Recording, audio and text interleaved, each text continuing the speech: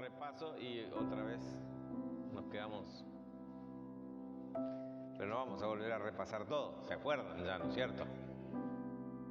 En resumen, son todos pecadores, judíos, no judíos, ¿no? Dice Pablo. ¿Qué pues diremos? ¿Somos nosotros mejores que ellos? De ninguna manera.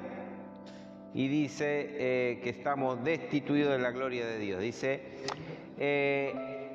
capítulo 3, verso 20, ya que por las obras de la ley ningún ser humano será justificado delante de él, porque por medio de la ley es el conocimiento del pecado, y lo habíamos explicado, ¿cierto? Habíamos hablado cuál era el papel de la ley. ¿Sí o no? ¿Se acuerdan? Bien. Habíamos comenzado con el texto del versículo 21 y fuimos ahí 2 o 3 versículos y quedamos por ahí.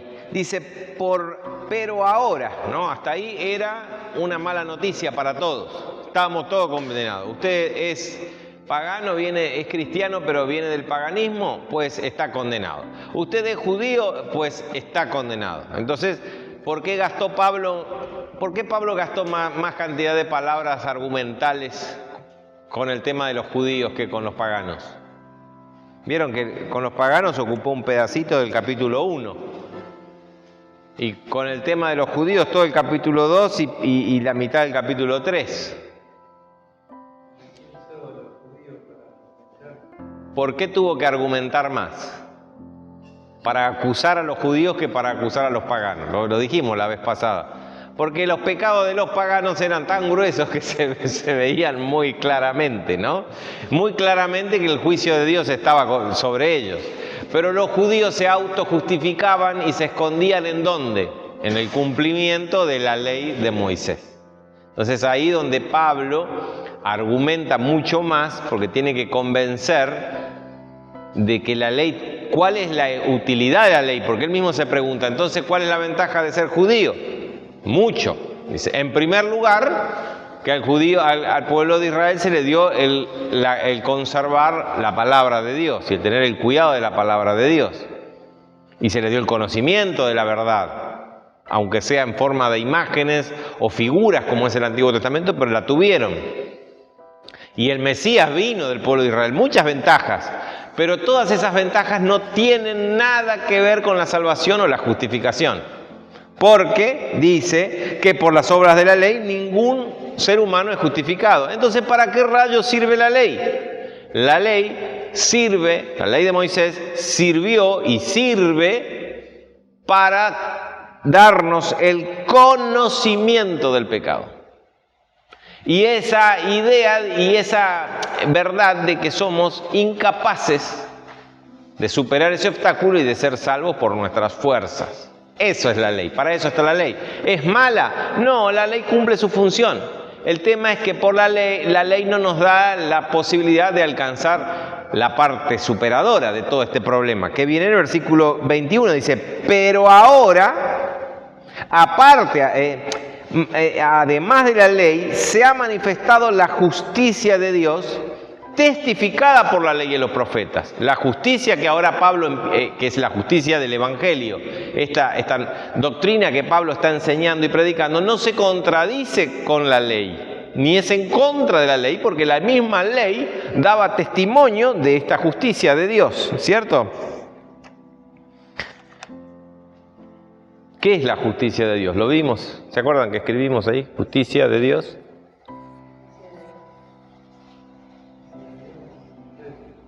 Bueno, la justicia es uno de los atributos de Dios. Dios es justo, ¿no? Y la justicia de Dios tiene que ver con todo lo que no es pecado, tiene que ver con la santidad, con su atributo de que Él es 3 veces santo.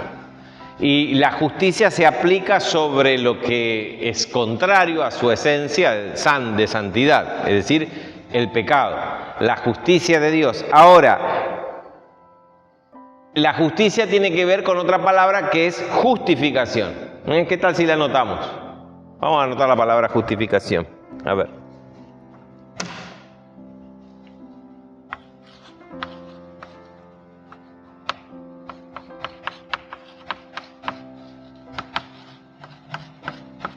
Justificación.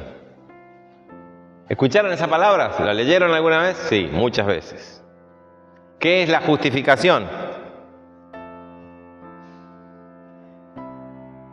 El objetivo de estudiar este pasajecito que vamos a estudiar es para que ordenemos estos conceptos. Acá estamos haciendo teología, pero una teología exegética, es decir, una teología bíblica. No estamos viendo la teología sistemáticamente, ¿no? Porque si no tendríamos que ver capítulo por capítulo de los grandes temas teológicos. Pero ya que Pablo está hablando de doctrina, es interesante que aprendamos estos conceptos y los tengamos bien claros, porque son conceptos que los tenemos que tener claros para poder evangelizar y para poder expresar al no cristiano cuál es su problema y cuál es la solución a su enfermedad, ¿cierto?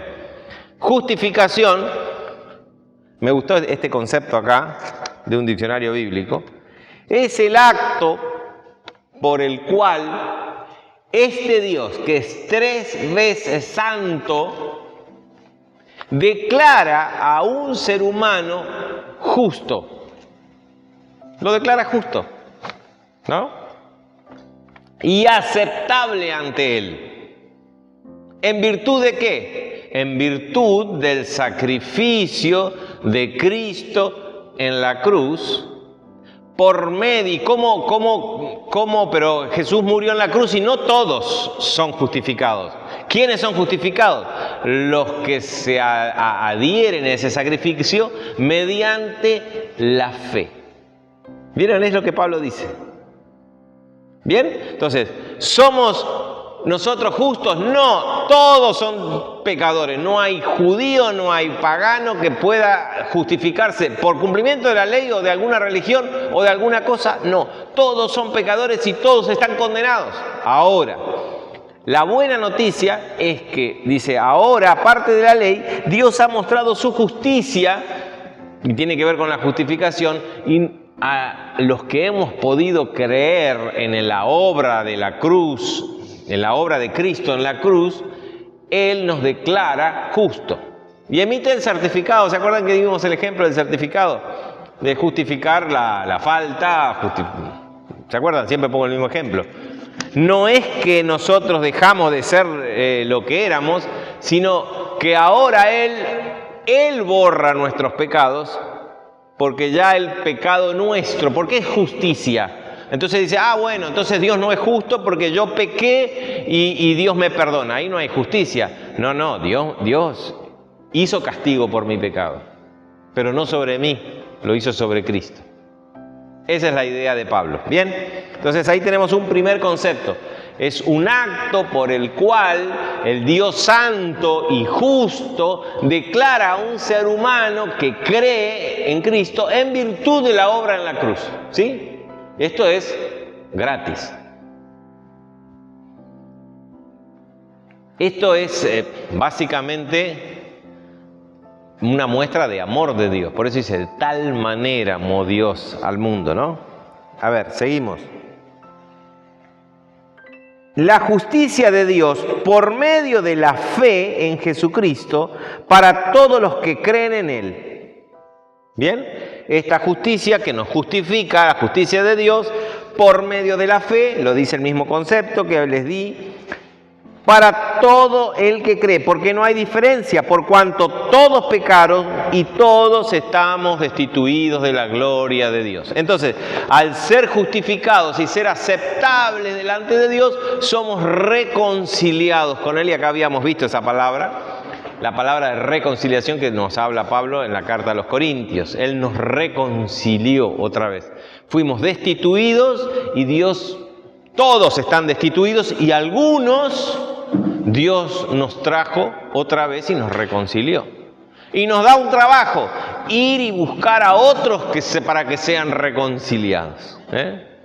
Siempre Dios tiene una segunda intención. Nos da todo, pero no para que nosotros nos quedemos tranquilos y disfrutemos solamente. Sí, para que disfrutemos, perfecto. Disfrutamos de la salvación, de su amor, de su fidelidad. Pero la idea es extendernos, ¿no? Bien, ¿qué otro concepto encontramos acá? Todos están destituidos de la gloria de Dios, todos pecaron. Bien, siendo justificados gratuitamente por su gracia. A ver, gratuitamente por su gracia. Parece como hay una redundancia, ¿no? Pero no, porque, a ver, acá tengo el concepto, fíjense la diferencia. ¿Gratuito qué significa? Que no hay un pago. Porque ¿qué podríamos pagar por la salvación? Nada, no podríamos hacer nada nosotros. ¿Qué tendríamos para ofrecerle a Dios a cambio de que Él nos justifique? Nada. Entonces, gratuito es que no hay un pago, no hay nada que yo tenga que hacer, no hay un comportamiento religioso, no hay un comportamiento de ningún tipo o algo que yo haga, ni que me vaya de rodilla a ningún lado, me va a dar la salvación. La salvación es por fe, es gratuita. Pero, fíjense, dice, gratuitamente por su gracia. ¿Qué es gracia? Tiene que ver con favor inmerecido, merecimiento, porque puede ser gratis porque yo me lo merezco, ¿entienden? ¿Qué sé yo? Messi va a comer a un restaurante y no le cobran, es gratis, porque se lo merece. ¿Por qué? Porque Messi va a traer otros clientes, se lo merece. Aparte el tipo es, ¿no? Puede ser que sea gratis porque me lo merezco. No, es por su gracia, porque encima que es gratis, yo no lo merezco. Soy un desastre, estoy lejos de Dios y no tengo nada que ver con la santidad de Dios. Es más, mi vida, mi esencia se opone a la esencia de Dios, que es santidad, ¿no?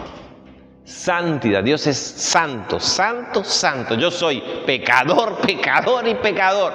No lo merezco. Entonces vieron, acá no hay una redundancia. Es gratis e inmerecido por su gracia. Se lo debemos a Él. De Él se trata. Todo esto, ¿quién es el protagonista? Él. ¿Quién es el protagonista de la salvación? Él. ¿Para qué es? Para la gloria suya. Siempre es Él, ¿cierto? Y nosotros nos colamos en eso y zafamos del juicio eterno, ¿no? Y nos da la vida eterna. Bien, es gratuitamente por su gracia, mediante la redención. Otra palabra que vamos a poner acá. Redención. ¿Alguien tiene idea de qué significa esta palabra?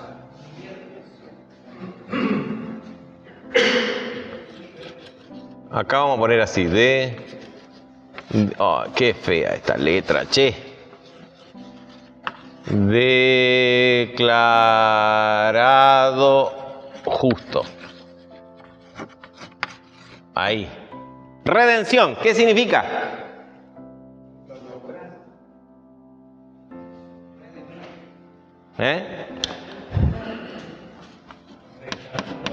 Eso, rescate.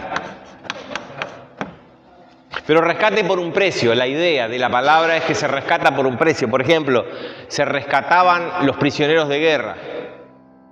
Se pagaba un precio o se hacían intercambios, pero siempre se daba algo por ese rescate.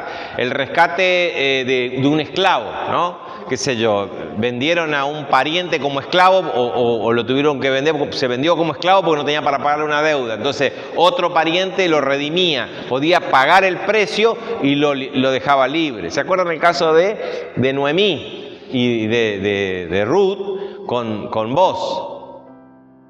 No con Boaz, con Boaz. Que lo rescató. ¿Qué significaba? Porque habían perdido las tierras, tenía que rescatar las tierras porque habían sido vendidas a otro, porque ellos se fueron. Entonces, tenía que redimir las tierras y casarse con la mujer para rescatar la descendencia de estos otros muchachos que habían fallecido. Esa es la idea, pero había que pagar un precio. Entonces, la redención, el rescate. ¿Y cuál es el precio que se pagó por nuestra redención, nuestra recompra? La sangre preciosa de Cristo, ¿no? Esto lo dice en 1 Pedro.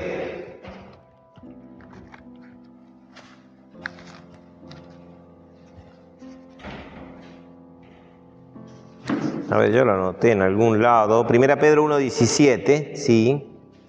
Dice, y si invocáis por Padre aquel que sin acepción de persona juzga según la obra de cada uno, conducido no. 1 Pedro 1:17, sabiendo que fuisteis rescatados, hasta el 18 es, sabiendo que fuisteis rescatados de vuestra vana manera de vivir. Ahí está. Acá Pedro nos hace un aporte importante en para la explicación de este concepto. ¿Nos rescataron de dónde? ¿De qué? Y de una manera de vivir vana, inútil, porque vamos derecho al matadero, ¿no? Dice, han sido rescatados de su vana manera de vivir, me perdí, la cual recibisteis, esa redención, ese rescate, la vana manera de vivir de vuestros padres, y fueron rescatados no con cosas corruptibles como oro y plata. Vieron que había un precio siempre para el rescate o la redención, sino con la sangre preciosa de Cristo, como la de un cordero sin mancha y sin contaminación, ya destinado desde antes de la fundación del mundo, pero manifestado en estos postreros tiempos por amor de vosotros. ¡Qué lindo! Fuimos rescatados. Estábamos perdidos en nuestra vana manera, condenados como todo el mundo en su indefectible destino de condenación, y Él gratuitamente, por su gracia, nos declara libres, nos declara justos delante de Él. Pero para eso hubo que pagar un rescate. Y todo tiene que ver con la fe y la aceptación del pago de ese rescate, el sacrificio de un cordero, ¿no? La sangre preciosa de Cristo. Bien, ¿qué dice? Volviendo a Romanos, porque si no, no terminamos nunca.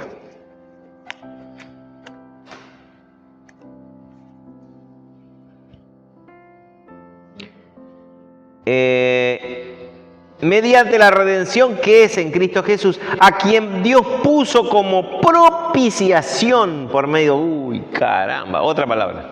¿La vimos o no la vimos? No importa, la ponemos acá. Propiciación. ¿Cuántas palabras, conceptos que tenemos que tener en cuenta? Justificación es declarado justo. Redención es rescate por precio, ¿no? Porque para nosotros es gratis, para Él no lo fue. ¿Se acuerdan cuando le trajeron a este enfermo que le bajaron del techo a Jesús? Y Jesús le dijo, hijo, tus pecados te son perdonados. Y dijeron, ¿cómo no puede ser perdonado? Y Jesús, ¿qué dijo? ¿Qué es más fácil decir? ¿Levántate y anda o tus pecados te son perdonados? ¿Qué es más fácil? Para Jesús era lo más fácil decir, levántate y anda, porque lo otro requería su propio sacrificio. Tus pecados te son perdonados, ¿no? Bien, propiciación. ¿Qué significa propiciación? ¿Cómo? Hacer propicio. ¿Algo propicio qué es? Por ejemplo, hoy es un día propicio para dormir, porque llueve, porque es algo que es favorable para, ¿cierto? Tiene que ver con la gracia, con la misericordia. Favorable. La idea de la propiciación es que Dios se vuelve a nuestro favor. Favorable. Dios se vuelve favorable hacia nosotros. Dios todo justo, 3 veces santo. Nosotros completamente pecadores. ¿Él podía ser favorable con nosotros? No, algo había que hacer. Él tenía que rescatarnos, pagar un precio. Lo hizo por medio de la redención, por medio de Cristo. Y una vez que nosotros aceptamos y estamos entramos en esa rueda de la salvación, ahora Él es favorable, Dios está a nuestro favor. Y si Dios es por nosotros, ¿no? Esa es la idea de la propiciación. Todo esto hace que Dios sea propicio. Vieron que creo que hay unos salmos que dice, Señor, sé propicio a mí. Que tenga tu favor. Esa es la idea del concepto general de propiciación. Si lo van a ver en un libro de teología, Hay para leer así, ¿no? Pero en resumen, para no... es la idea de ser... ¿Cómo?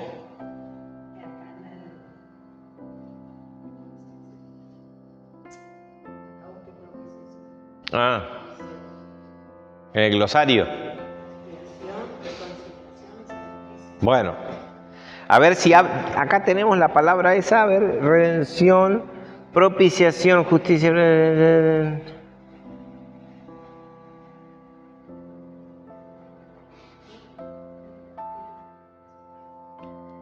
Porque acá hay otra palabra que tiene que ver con propiciación, que es expiación. Vamos a ver esa palabra, no, creo que no está en el texto, pero ya que está la vemos. Expiación. Expiación es una palabra que la vamos a encontrar básicamente en el Antiguo Testamento. ¿Saben qué significa? Viene esta está compuesta por dos palabras. ¿Qué significa ex? Por ejemplo, extraer, traer hacia afuera. Exponer, poner afuera. Implica sacar de una situación hacia afuera, hacia otra, ¿no es cierto? Entonces, el ex, por eso ex, porque ya se fue, ¿no? Mi ex se dice ahora, pero ex tiene que ver con la expresión, todo es hacia afuera, dejarlo a la vista o sacarlo del lugar. Entonces, la idea es que nos saca de un lugar, y piación es pius, que después en español quedó como pío. Sí, por ejemplo, Pío XII, que fue un papa, ¿no? No se habla de pollitos acá, estamos hablando de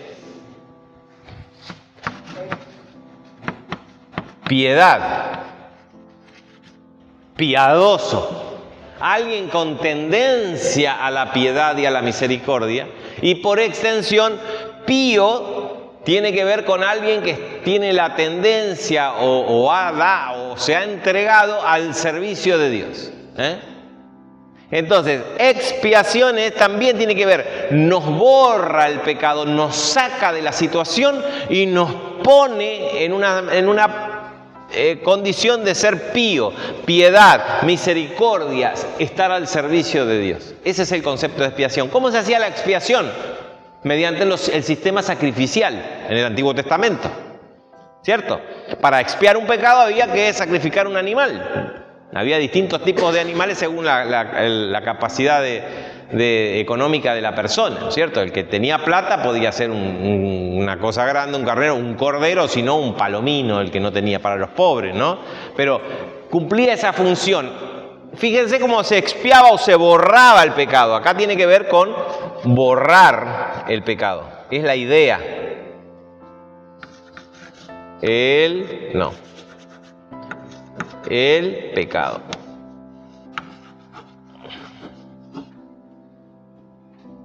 ¿Cómo se borraba el pecado? Alguien tenía que pagarlo, querido. Vos pecaste, alguien tiene que pagarlo. Alguien lo tiene que pagar. ¿Quién lo pagaba? El palomino, el cordero, el becerro. Alguien tenía que morir por mi pecado. Y todo ese sistema sacrificial era símbolo del verdadero sacrificio. ¿Qué dijo Juan el Bautista? He aquí el Cordero de Dios que expía, quita, borra el pecado del mundo. Tenía que haber derramamiento de sangre. Sin derramamiento de sangre no hay expiación por el pecado. ¿Por qué? Porque la paga del pecado es muerte. Alguien tiene que morir. Porque la pregunta del que no sabe es, ¿y por qué murió Jesús, pobrecito? ¿Qué clase de papá es que lo mató? Para que no se hubiera molestado, dijo uno una vez. Se murió por mí, pero no se hubiera molestado. Sin derramamiento de sangre, sin muerte, no hay expiación. Salimos de una situación y nos volvemos píos. Pío. ¿Bien? ¿Se entiende? Fíjense que estos conceptos nos mareamos. ¿Qué era justificación, redención, propiciación, expiación? Yo no te creía que era expiar. Ahora se entiende y todo tiene lugar. ¿Vieron cómo Pablo se esfuerza en darnos a entender todas estas verdades? Y cómo así se nos hace más fácil explicarle a un inconverso su situación y su necesidad de salvación. Porque si uno dice, lo que vos tenés que hacer es aceptar a Jesús en tu corazón, que son formalismos que tenemos dentro de las iglesias evangélicas, pero no expresan la verdad bíblica de toda la redención y todo el proceso de salvación de Dios. Aceptale porque entonces te va a ir bien. Entonces, ¿qué hacemos? Le ofrecemos algo. Te va a ir bien, tus cosas se van a arreglar, vas a ver que vas a mejorar. Y el tipo acepta y le empieza a ir todo mal. A mí me ha pasado y le ha pasado a muchos. Pero vos me dijiste, y se desilusiona porque al final hace toda una aceptación de una idea que no es la bíblica, esperando recibir y no da nada. Nunca entendió que él tiene una enfermedad incurable, ¿cierto? Nunca entendió. Nunca entendió que estamos corrompidos por dentro, nunca lo entendió. Entonces nunca llega a alcanzar el objetivo de la salvación. Bien, seguimos.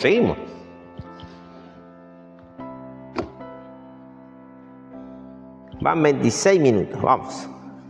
A quien Dios puso como propiciación por medio de la fe en su sangre, para manifestar su justicia a causa de haber pasado por alto en su paciencia los pecados pasados. Qué bueno, pasó por alto. ¿Por qué? Porque ve la sangre, alguien ya pagó. Qué lindo, ¿no? Que imagínense que uno va a un restaurante, come bien, pide todo, y después cuando va a pagar, no, ya está todo pagado. Eso es lindo, debe ser, ¿no? Está todo pagado. ¿Y quién pagó? Ya está pagado. Porque, ¿ahora cómo hago? Ya está pagado. Tenés que, todavía la gracia es gratis y todavía la canilla sigue abierta y la abundancia del amor y la misericordia de Dios sigue a nuestro favor.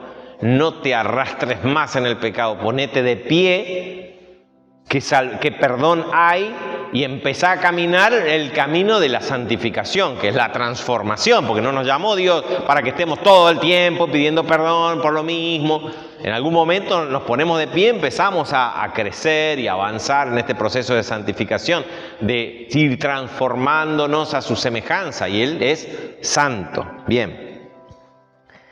Pasó por alto los pecados pasados, con la mira, o sea, con el objetivo de manifestar en este tiempo su justicia, a fin de que Él sea el justo y Él sea el que justifica al que es de la fe de Jesús. Bien, el que ha alcanzado la fe, y encima la fe es un regalo de Dios. El que alcanza la fe por un milagro de Dios, porque el único que puede hacer ese trabajo es el Espíritu Santo en las personas, es justificado por el único justo. Entonces dice acá, a ver si tenemos algún otro concepto que yo quería explicar. Sí, esta idea, la salvación. Tenemos una causa de salvación, o sea, una causa así de la salvación es la gracia eterna y la gracia gratuita de Dios. Esa es lo que causa la salvación, no nuestras obras, no la religión, no lo que hagamos. Hay un medio objetivo de salvación, esto habíamos hablado la última vez, objetivo de salvación. ¿Cuándo es algo objetivo? Cuando yo digo, por ejemplo, la salvación. Algo subjetivo cuando yo me refiero a mi salvación, o sea, esa salvación aplicada a mi persona. Objetivamente, ¿cómo se alcanza la salvación? Por medio del sacrificio de Cristo. Subjetivamente, ¿cómo hago yo propia esa salvación, esa obra de Cristo en mí? Por medio de la fe. Entonces, la salvación, al final, ¿es por la sangre de Cristo? ¿Es por la fe o cómo es? Bueno, objetivamente, así en general, es por la obra de Cristo en la cruz.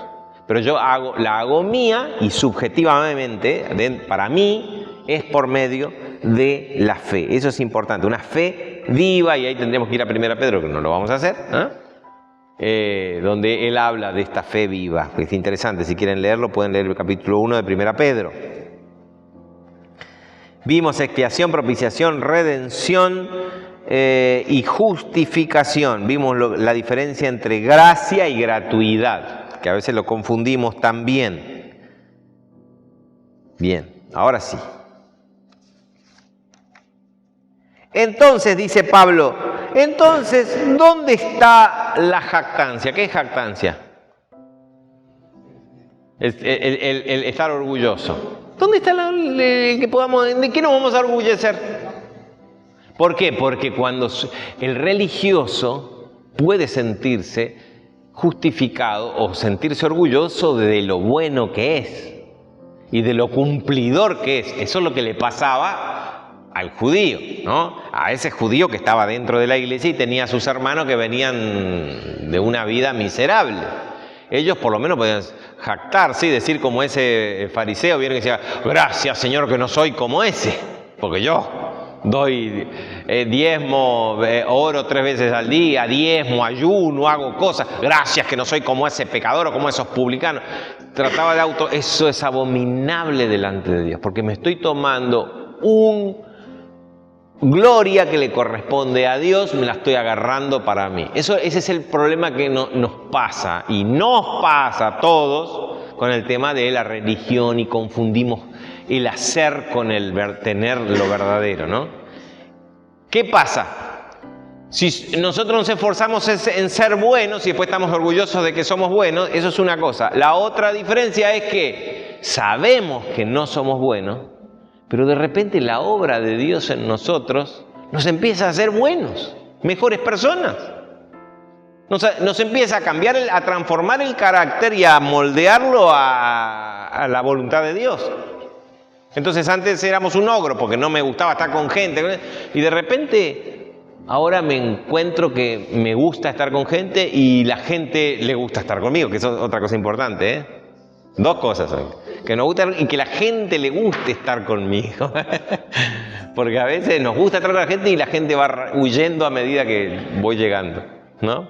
Bien. ¿Dónde está la jactancia? Queda excluida. Acá no hay nada de por qué estar orgulloso. ¿Por qué? Porque no es nuestro mérito. ¿Por cuál ley queda excluida? ¿Por la ley de las obras? No, sino por la ley de la fe. La ley de las obras nos hace llegar a estar orgullosos de nuestro cumplimiento de la ley. La ley de la fe. ¿Cuál es la ley de la fe? Porque Pablo utiliza esa frase, ley de la fe, como para ponerla al mismo nivel de la ley de las obras. ¿Cuál es la ley de la fe? Todo esto que fuimos hablando, esto que es una ley. Si yo puedo llegar a creer en la obra de Cristo, es una ley. Él pasa por alto mis pecados. Entonces, la obra de Cristo actúa como expiación. Ahora soy un y soy ahora pío, santo. Voy a la piedad. Él borró el pecado del pasado, ¿no? Bien. Concluimos. Bien, Pablo. Concluimos con esta idea. No lo digo yo, concluimos. Pablo dice acá en el versículo 28. Concluimos pues. Después de todo lo que venimos diciendo, ¿cuál es la conclusión y el cierre del argumento de Pablo? Concluimos pues que el hombre es justificado por fe sin las obras de la ley. Bien. Los religiosos pueden serlo, pero no son salvos si no tienen las obras de la fe, ¿no? Fíjense que, sin la justificación por la fe. Dice, concluimos pues que el hombre es justificado por la fe sin las obras de la ley. Dice, ¿es Dios solamente? Acá habla otro argumento, ponen acá Pablo en el versículo 29. Porque acaso, fíjense, dice, ¿no? Están todos en la iglesia los hermanos, y dice, ¿acaso es Dios solamente de los judíos? ¿No es también Dios de los gentiles? Ciertamente también es de los gentiles. Y entonces, ¿por qué pone ese argumento Pablo? Porque dice, porque si fuera la justificación por las obras de la ley, entonces solo el pueblo judío sería justificado y el resto estaríamos perdidos. Porque el resto nadie cumple la ley de Moisés, solo los judíos. Entonces, este argumento pone Pablo. ¿No ven en la iglesia que Dios salvó a judíos y paganos, que Dios es Dios de toda la humanidad? Como también en el Antiguo Testamento lo dice en varios lugares, es el Dios del universo y Él es el Dios de todos los hombres. Entonces, si es Dios de todos, la justificación de la ley no hace la diferencia, sino la justificación que es por la fe. Porque Dios es uno y Él justificará por la fe a los de la circuncisión y por medio de la fe a los de la incircuncisión. Luego, por la fe invalidamos la ley. Vuelvo a repetir, ¿acaso todo esto que explicamos acá hace que la ley sea inválida? No, de ninguna manera, dice Pablo, sino que confirmamos la ley. ¿Cómo confirmamos la ley? Bueno, la ley la confirmamos porque, en primer lugar, todo el sistema de la ley era figura e imagen de lo verdadero, que es la justificación por la fe, la obra de Cristo, gratis, por su gracia. Primero. En segundo lugar, no hay ninguna contradicción, porque todo lo que se prometió acá se cumplió allá. Es más, dice Pablo al principio, la ley anunció proféticamente lo que iba a venir. Y acá dice que cumple porque cumple. A ver, la ley lo que quiere es mostrarnos el pecado y mostrarnos lo que está bien y lo que está mal. Y mediante la justificación por la fe somos capaces de estar a cuentas y hacer la voluntad de Dios. En un proceso nos cuesta, caemos, nos levantamos, pero la idea es que cada vez caigamos menos profundo y estemos más arriba, ¿cierto? Y que cuando llegue el final y tengamos que irnos estemos terminados, porque Él quiere presentarnos como a su esposa, sin mancha, sin arruga, como a la iglesia como una doncella perfecta, ¿no? Esa es la imagen, la idea, el ejemplo que pone. Así que confirmamos la ley por medio de todos estos conceptos y toda esta idea que Pablo llama la ley de la fe, que tiene que ver con la justificación, la redención, propiciación y expiación, que lo resumimos en una sola palabra: salvación. Él es nuestro Salvador. ¿Por qué? Porque por medio de Él recibimos expiación, borra nuestros pecados, y por medio de su sacrificio somos rescatados a precio de sangre y somos hechos aceptos en el amado, aceptos en Dios. Dios es nuestro Padre. Fíjense la cantidad de cosas. Él es favorable a nosotros y nos declara justos, aunque si nos miramos al espejo decimos Dios, ¿no? No es por cumplir. ¿Qué le acusaban a Pablo? A Pablo lo acusaban de que la predicación de esta doctrina hacía que, bueno, entonces creed y viví como quieras, Entonces podés pecar, podés hacer todas las cosas mientras tengas fe. Esa es la acusación que Pablo después va a refutar también acá, y lo hace con los Corintios y en la carta a los Gálatas también. Entonces que la gracia abunde y pequemos mucho, total, la gracia abunde. No era la idea esa. Él está explicando esto que nos permite entrar al reino de los cielos. Ahora, una vez que estamos adentro del reino de los cielos, hay que caminar. ¿Se acuerdan que yo siempre hablo? Es una puerta angosta y después viene un camino angosto. No nos quedamos en la puerta. Viene un camino angosto que se nos va angostando y tenemos que dejar muchas cosas en el camino para poder seguir avanzando. Y nos va haciendo cada vez más semejantes a su Hijo. ¿Se entendió? ¿No estuvo difícil? ¿Bien? ¿Vieron que no es tan difícil, Romanos? Es la vuelta nomás que hay que encontrarle. Y sirve esto de desagregar, sirve este recurso de desagregar conceptos. Y se me ocurrió en un momento agarrar el libro de teología. Pero dije, no, ahí nos quedamos todos dormidos. Porque eso sí que es denso, porque por cada concepto es mucho para entender, para interpretar, para ver en distintos pasajes bíblicos. Es interesante, pero es para verlo no jueves de noche, ¿no? Pero así creo que lo extraje más simple, conceptos que nos puedan quedar y que vuelvo a repetir, lo necesitamos incorporar. No es lo vi, lo entendí y me fui. No, tenemos que incorporarlo porque esto lo tenemos que usar. No vamos a usar esa palabra a decir, mire, usted tiene que ser expiado de sus pecados para que Dios sea propicio y la concupiscencia de su carne, como ese chiste, ¿no? Que estaba el tipo así serio, el evangélico así, y una señora le dice, ¿me dice la hora, por favor? Sí, es hora de buscar a Dios y arrepentirse de la concupiscencia de la carne.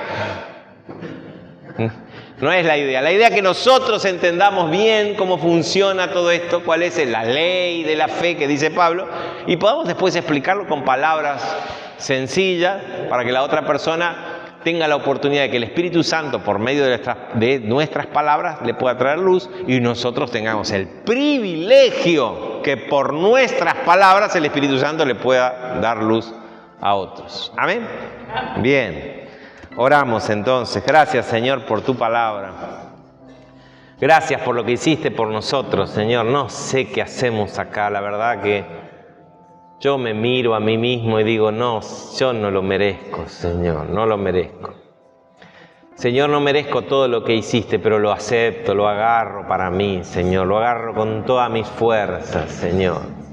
Que estas verdades sean cada vez más claras en mi vida para que yo pueda también transmitirlas a otros, Señor. Cuántas personas están necesitadas de conocer esta verdad, de este evangelio, esta buena noticia, Señor. Señor, que seamos y tengamos el privilegio de ser instrumentos en tus manos para que otros puedan alcanzar esta verdad y puedan alcanzar la salvación, Señor. Que seamos hijos de luz, llevemos luz en medio de tanta oscuridad y tanto pecado, Señor. La gente enterrada en su misma mugre, Señor, podemos llevarle esta noticia, se puede salir porque Cristo ya hizo todo, Dios ya hizo todo y Dios está esperándote. Señor, danos la valentía, danos el denuedo de poder explicar eso, danos la sabiduría, Señor. Gracias por habernos llamado, por darnos esta oportunidad hoy de estar acá y poder ver tu palabra. Sea glorificado, Señor. Amén. Amén.